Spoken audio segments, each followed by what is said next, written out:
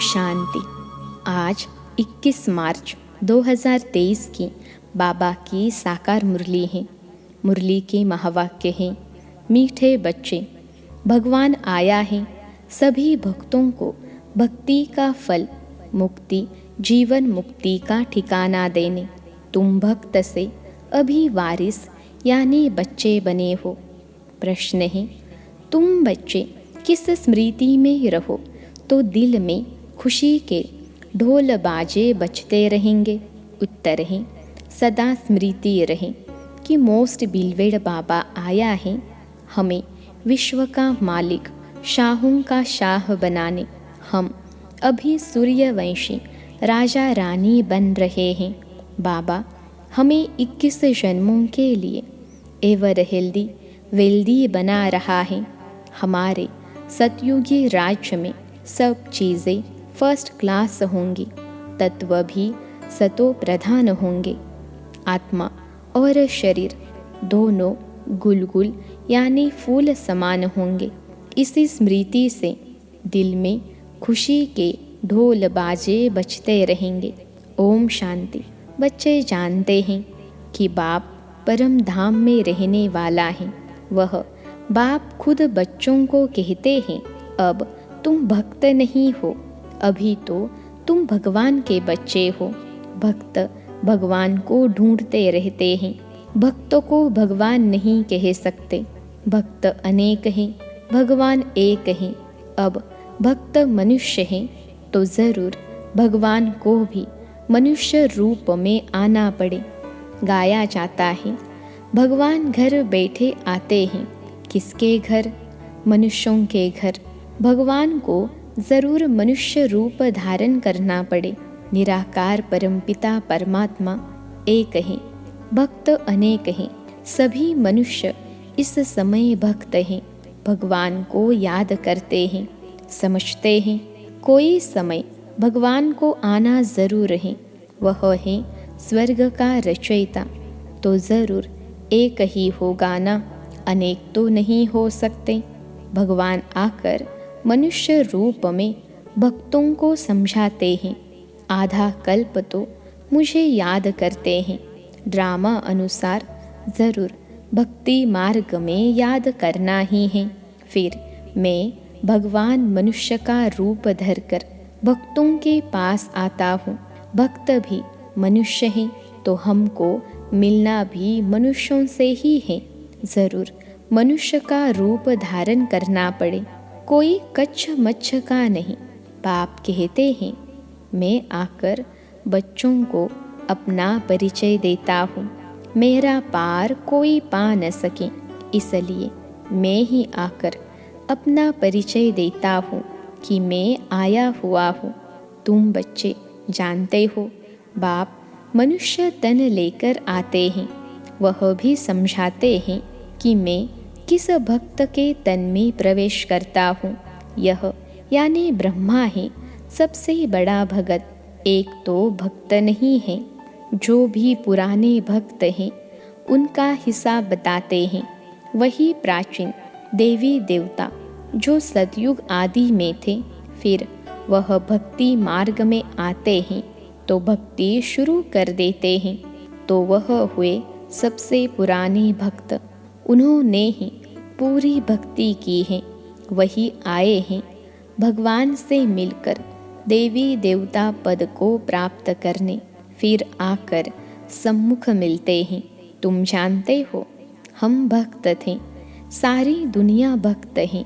भगवान आया हुआ है भक्तों की रक्षा करने, क्योंकि भगत बहुत दुखी हैं। भक्तों को यह पता नहीं है कि शांति और सुख कहाँ होता है। भगवान आकर समझाते हैं, मैं जब आता हूँ तो सौगात लेकर आता हूँ बच्चों के लिए। बेहद का बाप ज़रूर बेहद की सौगात लेकर आएंगे। अभी तुम समझते हो हम भक्त नहीं हैं, भगवान ने आकर अपना ही वारिस बनाया है। भक्त वारिस नहीं होते।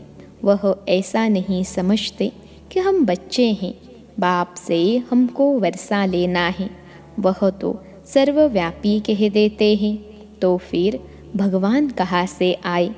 अब तुमको वर्षा ज़रूर चाहिए, इसलिए मुझे याद करते हो। वर्षा भी फर्स्ट क्लास चाहिए, सेकेंड थर्ड क्लास नहीं। सभी भक्त भगवान को याद करते हैं कि जाकर उनसे मिले, परंतु जानते नहीं कि कैसे उनके पास जाए। तो भगवान को आना पड़ता है, पढ़ाते भी हैं। तुम जानते हो भगवान आया हुआ है सबको भक्ति का फल देने अथवा सबको सुखी करने। भगवान को अभी ही आना होता है, वह है रूहानी पंडा। वास्तव में मनुष्यों का सच्चा सच्चा तीर्थ है मुक्ति और जीवन मुक्ति धाम।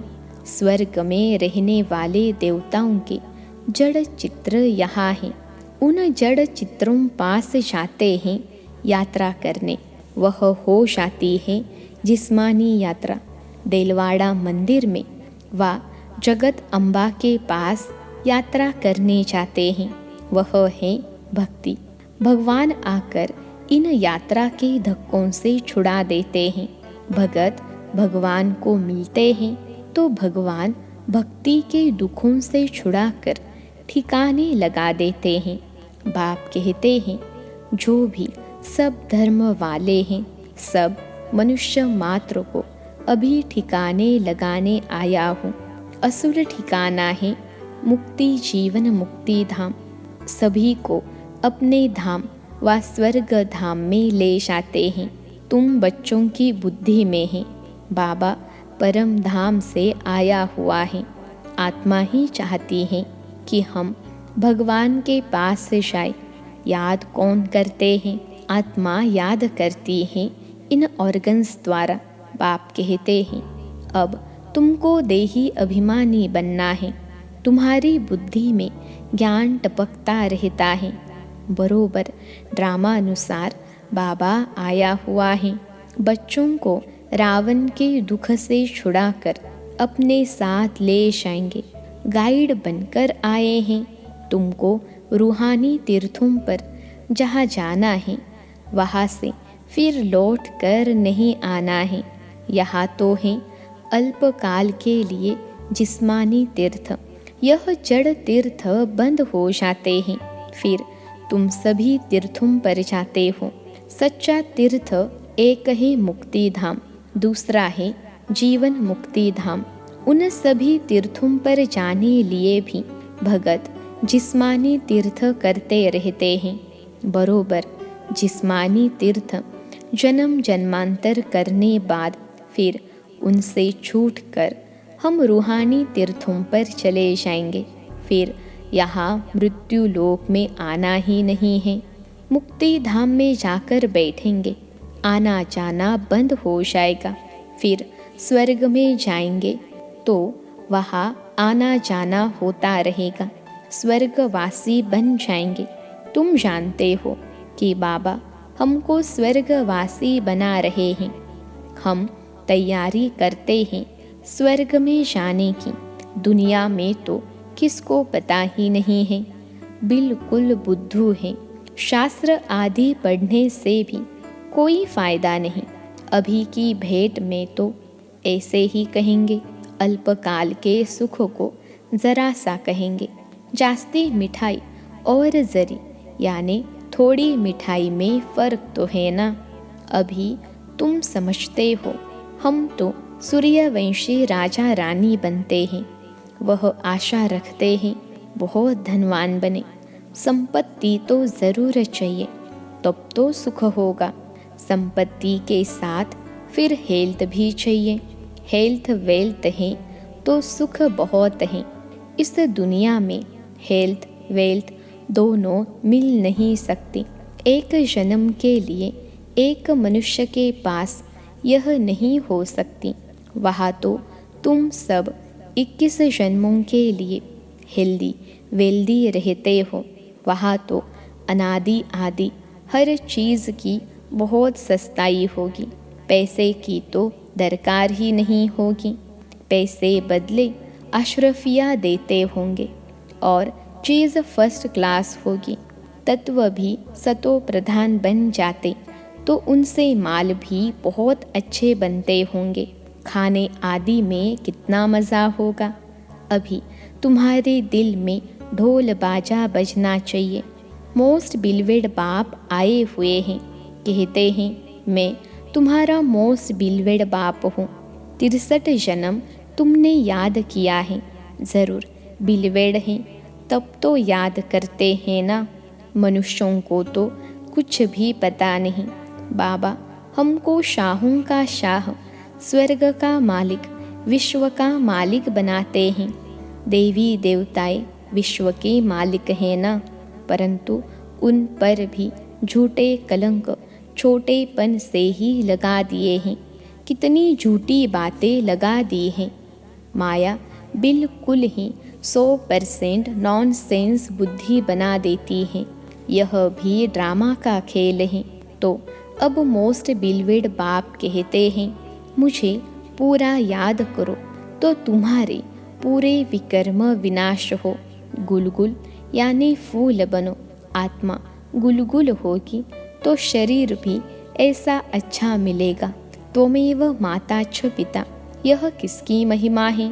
कुत्ते बिल्ली सब में ईश्वर हैं, तो क्या उनको कहेंगे मात पिता। मनुष्यों की बुद्धि क्या बन पड़ी है। भपका कितना दिखाते हैं। इसको कहा जाता है माया का पॉम्प। रावण के राज्य में मनुष्यों को नशा कितना है जानते कुछ भी नहीं। तुम्हारे में भी जो अच्छे ज्ञान की धारणा करने वाले हैं उन्हों को नशा चढ़ता है, ज्ञान की धारणा नहीं। तो सूरत भल मनुष्य की है परंतु सीरत बंदर की है। तुम बच्चे अब समझते हो। हम श्रीमत पर चल भारत के मनुष्य मात्र को श्रेष्ठ दैवी गुणधारी बनाते हैं। अर्थात हम भारत को श्रेष्ठ देवी राजस्थान बनाते हैं। जिनको यह नशा होगा वही ऐसे बोलेंगे। कहा भी भाषण करो तो बोलो हम श्री अर्थात श्रेष्ठ मत पर चल रहे हैं। भगवान हैं ज्ञान का सागर, आनंद का सागर। हम उनकी मत पर चल रहे हैं। यादव और कौरव दोनों हैं रावण की मत पर, और हम पांडव हैं भगवान की श्रीमत पर। जीत भी हमारी है। श्री कृष्ण कोई स्वर्ग स्थापन नहीं करते हैं, भगवान बाप ही स्थापन करते हैं। हम भारत को श्रेष्ठ बनाते हैं और कोई भी ऐसे कह नहीं सकेगा कि हम ईश्वरीय मत पर हैं। हाँ कहेंगे ईश्वर की प्रेरणा से करते हैं। बाप तो कहते हैं मैं इस तन में आकर मत देता हूँ, इसमें प्रेरणा की तो बात ही नहीं। तो पहले पहले निराकार की महिमा करनी चाहिए। वह मनुष्य सृष्टि का बीजरूप है, ज्ञान का सागर, सुख का सागर है। उनकी मत पर चलते हैं।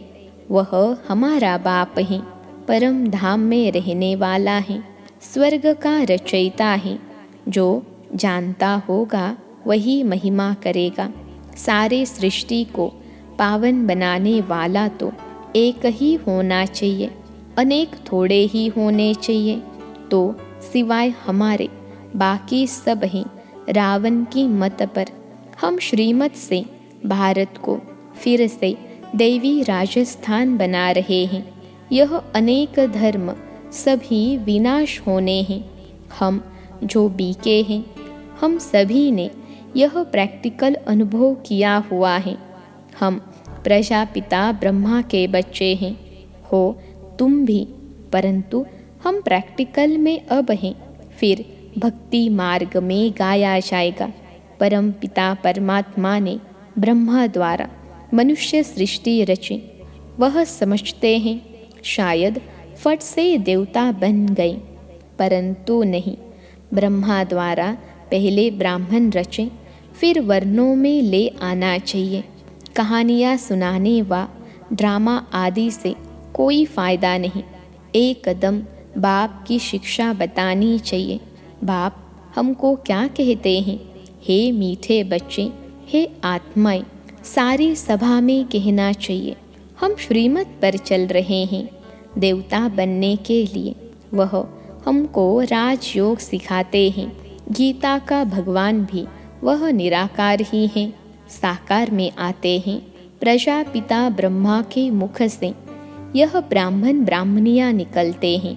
हम बीके हैं।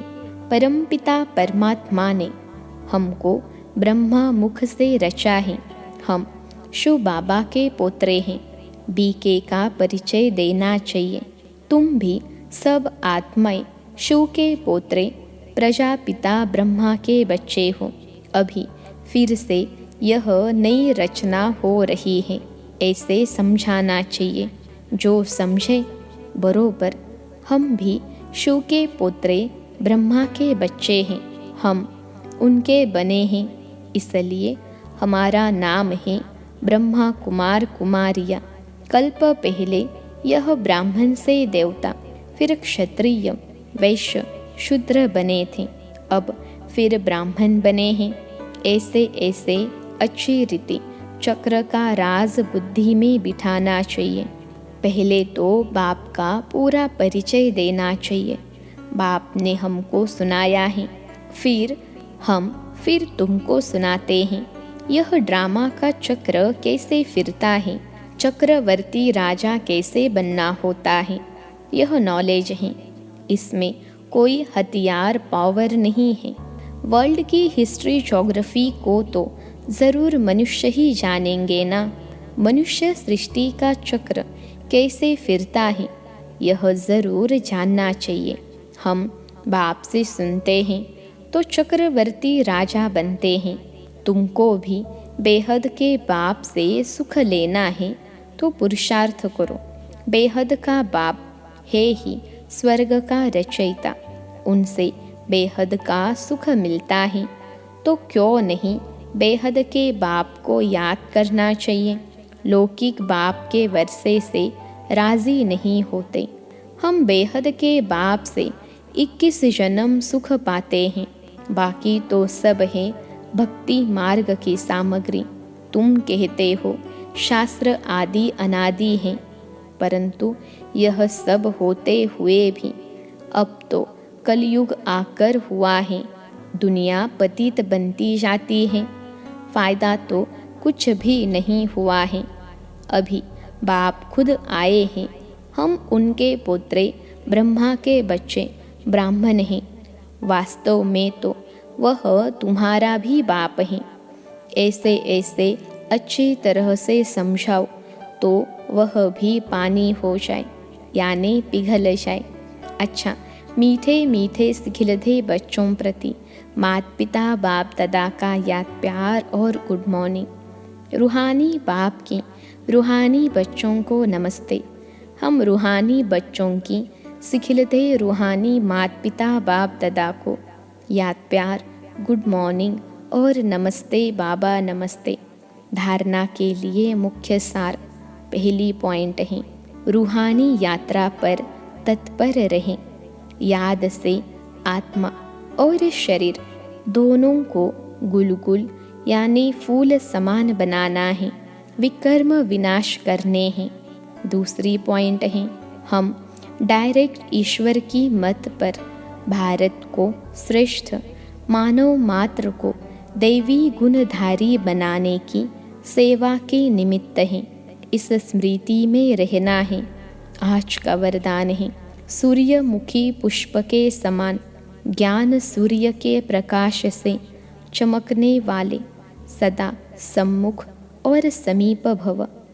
सूर्यमुखी पुष्प के समान ज्ञान सूर्य के प्रकाश से चमकने वाले सदा सम्मुख और समीप भव। विश्लेषण है, जैसे सूर्यमुखी पुष्प सदा सूर्य की सकाश से घिरा हुआ रहता है, उनका मुख सूर्य की तरफ होता है। पंखुड़ियाँ सूर्य की किरणों के समान सर्कल में होती हैं। ऐसे जो बच्चे सदा ज्ञान सूर्य के समीप और सम्मुख रहते हैं, कभी दूर नहीं होते, वे सूर्यमुखी पुष्प के समान ज्ञान सूर्य के प्रकाश से स्वयं भी चमकते और दूसरों को भी चमकाते हैं। आज का स्लोगन है, सदा हिम्मतवान बनो और सर्व को हिम्मत दिलाओ तो परमात्मा मदद मिलती रहेगी। सदा हिम्मतवान बनो और सर्व को हिम्मत दिलाओ तो परमात्मा मदद मिलती रहेगी। अच्छा, ओम शांति।